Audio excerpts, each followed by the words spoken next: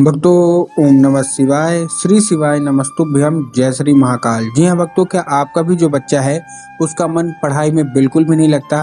तो जब भी आप उसको पढ़ाने के लिए बैठाते हो तो वो इधर उधर करने लगता है, लेकिन उसका जो मन है ना वो पढ़ाई की ओर नहीं लगता। तो ऐसे में कौन सा उपाय करें ताकि जो आपका बच्चा है जो कि पढ़ने में बहुत कमज़ोर है, उसका जो मन है वो पढ़ाई की ओर आकर्षित हो और वो आपके बिना बोले पढ़े? आज की इस वीडियो के माध्यम से हम आपको बताने वाले हैं। देखिए, आपने उसके पीछे बहुत पैसा खर्च कर दिया, बहुत अच्छी स्कूल में उसको डाल रखा है, बहुत अच्छा उसको मतलब शिक्षा देने की कोशिश कर रहे हैं, कोचिंग ट्यूशन हर एक चीज़, लेकिन फिर भी जो आपका बच्चा है ना उसका जो मन है वो पढ़ाई की ओर आकर्षित नहीं हो रहा। तो ऐसे में कौन सा उपाय करें ताकि जो आपका बच्चा है वो बिना बोले पढ़ने लगे? आज की इस वीडियो के माध्यम से हम आपको बताने वाले हैं। तो बस करना क्या है, कैसे करना है, पूरा आपको समझाने वाला हूँ। तो ध्यान से उपाय सुनिएगा, अच्छे से करिएगा। देखिए, पूज्य गुरुदेव की जो कथा होती है, जैसे कि आपको पता होगा कि पूज्य गुरुदेव की कथा में लाखों की भीड़ आती है। और जब पूज्य गुरुदेव की कथा में लाखों की भीड़ आती है तो वहाँ जितने भी भक्त रहते हैं वो क्या करते हैं, वो पत्र के द्वारा अपनी मनोकामना जो भी उनकी रहती है वो गुरुदेव तक पहुँचाते हैं। तो अभी 7-8 महीना पहले की बात है, गुरुदेव की कथा चल रही थी और जैसे ही गुरुदेव की कथा चल रही थी वहाँ लाखों की भीड़ आई। जब गुरुदेव की कथा में लाखों की भीड़ आई तो उन्होंने क्या किया, गुरुदेव को पत्र के द्वारा अपनी मनोकामना पहुंचाई। जब गुरुदेव के पास पत्र पहुंचा और गुरुदेव ने देखा तो बहुत सारे लोगों की केवल और केवल एक ही मनोकामना थी कि गुरुदेव, हमारा जो बच्चा है उसका जो मन है वो पढ़ाई में नहीं लग रहा, हम लोग बहुत ज़्यादा परेशान हैं, कृपया करके कोई उपाय बता दें ताकि जो हमारा बच्चा है जिसका मन पढ़ाई में नहीं लग रहा तो उसका जो मन है पढ़ाई की ओर आकर्षित हो और वो अच्छे से पढ़े। जब गुरुदेव ने ये देखा कि बहुत ज़्यादा लोगों को यही सवाल है, उस मतलब पत्र में ऐसा भी लिखा था कि गुरुदेव, हम अपने बच्चे को पढ़ाने के लिए बैठाते हैं लेकिन हमारा जो बच्चा है उसका मन ही पढ़ाई में नहीं लगता, हम लोग बहुत ज़्यादा परेशान हैं, कृपया करके हमको कोई उपाय बता दें। जब गुरुदेव ने ये देखा तब गुरुदेव ने 2 से 3 उपाय बताए और कहा केवल और केवल ये उपाय कर लेना, तुम्हारा जो भी बच्चा है ना जिसका मन पढ़ाई में नहीं लगता, अवश्य रूप से उसका जो मन है ना वो पढ़ाई की ओर लगेगा ही लगेगा।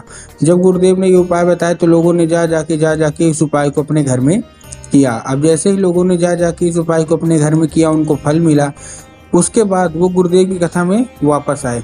जब वो गुरुदेव की कथा में वापस आए तो उन्होंने फिर से गुरुदेव को पत्र लिखा, लेकिन ये वाला जो पत्र था ना ये गुरुदेव को धन्यवाद के रूप में पत्र था कि गुरुदेव, धन्य हो आपका, आपके द्वारा बताया गया उपाय हमने कर लिया है, हमारी सारी की सारी मनोकामनाएं पूरी हो गई हैं। हमारा जो बच्चा था जिसका मन पढ़ाई की ओर नहीं लगता था, अब उसका मन पढ़ाई की ओर लगने लगा है, आपका कोटि कोटि धन्यवाद। तो देखिए, जो लोग भी मेरी आवाज़ सुन रहे हैं, अगर आपको भी जानना है कि आखिर ऐसा कौन सा उपाय है जिसको करने मात्र से लोगों की सारी इच्छा, सारी की सारी मनोकामना पूरी हो जाती है, तो चलिए हम बताते हैं आपको आज के इस वीडियो के माध्यम से कि आपको करना क्या है। लेकिन उससे पहले चैनल पे अगर पहली बार आए हैं और आवाज़ मेरी पहली बार सुन रहे हैं तो वीडियो को कर दें लाइक और चैनल को भी कर लें सब्सक्राइब, ताकि पूजनीय पंडित प्रदीप जी मिश्रा के रोज़ नए नए उपाय जो कि मैं उनकी कथा से सुनता हूँ, श्रवण करता हूँ, सबसे पहले मैं आपको प्राप्त करा सकूँ। ठीक है, तो देखिए, जो हमारा सबसे पहला उपाय है वो एक लाल फूल का उपाय है। ये जितने भी माता पिता हैं उनको करना है, लेकिन उससे पहले आपको मैं एक और उपाय बताऊंगा उससे पहले, जो कि आपको अपने बच्चे से करवाना है। ठीक, तो पहला जो हमारा उपाय है वो पान के पत्ते का उपाय है। अब पान के पत्ते का उपाय आपको करना कैसे है, देखिए, ये उपाय आपको अपने बच्चे से करवाना है। अब बच्चे से कैसे करवाएंगे, सबसे पहले आपको एक पान का पत्ता लेना है। पान का पत्ता आपने ले लिया। अब जब पान का पत्ता आप लेंगे तब आपको ध्यान रखना है कि पान का पत्ता कहीं से भी कटा फटा नहीं होना चाहिए, कहीं से खंडित नहीं होना चाहिए और कहीं से भी खराब नहीं होना चाहिए। बहुत सारे लोग खंडित लेके चले जाते हैं, लेकिन पूज्य गुरुदेव हमेशा समझाते हैं कि महादेव जितना जल्दी प्रसन्न होते हैं उतना जल्दी वो क्रोधित भी हो जाते हैं। तो आपको महादेव को क्रोधित नहीं करना। ठीक, तो आपने क्या किया, आप लेके पहुंच गए क्या, एक अच्छा पान का पत्ता, उसमें आपको शहद का लेपन कर देना है। किसका, शहद का कर दिया। शहद का लेपन करने के बाद अपने बच्चे को भेज दीजिए सीधा सीधा शिव मंदिर। अब जैसे ही आपका बच्चा शिव मंदिर पहुंचे उसको बोलिएगा कि दक्षिण दिशा में खड़ा हो जाए और उत्तर की ओर अपना चेहरा कर ले। ठीक, दक्षिण की ओर खड़ा हो जाए और चेहरा जो उसका होगा उत्तर की ओर। अब देखिए, ये दक्षिण और उत्तर क्या होता है ना, इसमें बहुत सारे लोग कंफ्यूज भी हो जाते हैं कि हमको दक्षिण क्या है, उत्तर क्या है, हमको थोड़ा साफ साफ बताओ। तब गुरुदेव ने साफ साफ बताया है कि आप जिस भी शिव मंदिर जा रहे हैं उस शिव मंदिर का जिधर साइड जलाधारी होगा आपको अपना चेहरा उधर साइड करके खड़े हो जाना है। ठीक, आप खड़े हो गए। खड़े होने के बाद आपको करना क्या है, जैसे आप खड़े हो गए, खड़े होने के बाद उसको अपने बच्चे को बोलना है कि तुमरुका जी का नाम, किसका, तुमरुका जी का नाम लेके वो चुपचाप क्या कर दे, अर्पित कर दे।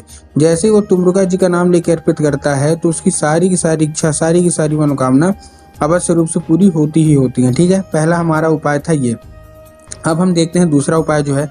अब दूसरे उपाय में जितने भी माता पिता है ना, उनको ये उपाय करना है। अब ये उपाय करेंगे कैसे, चलिए हम वो भी बात कर लेते हैं। इस उपाय में आपको चाहिए एक लाल फूल। क्या चाहिए, आपको चाहिए एक लाल फूल। लाल फूल आपने ले लिया।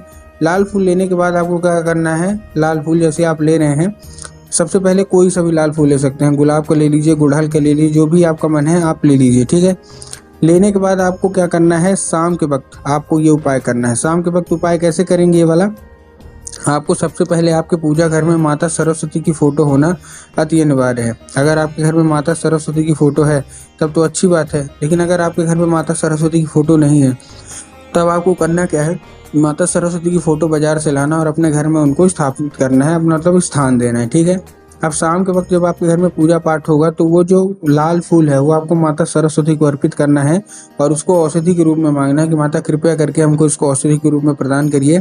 हमारा जो बच्चा है उसका जो मन है ना वो पढ़ाई में बिल्कुल भी नहीं लगता। अब क्या होगा, अब वो औषधि का रूप ले लेगा।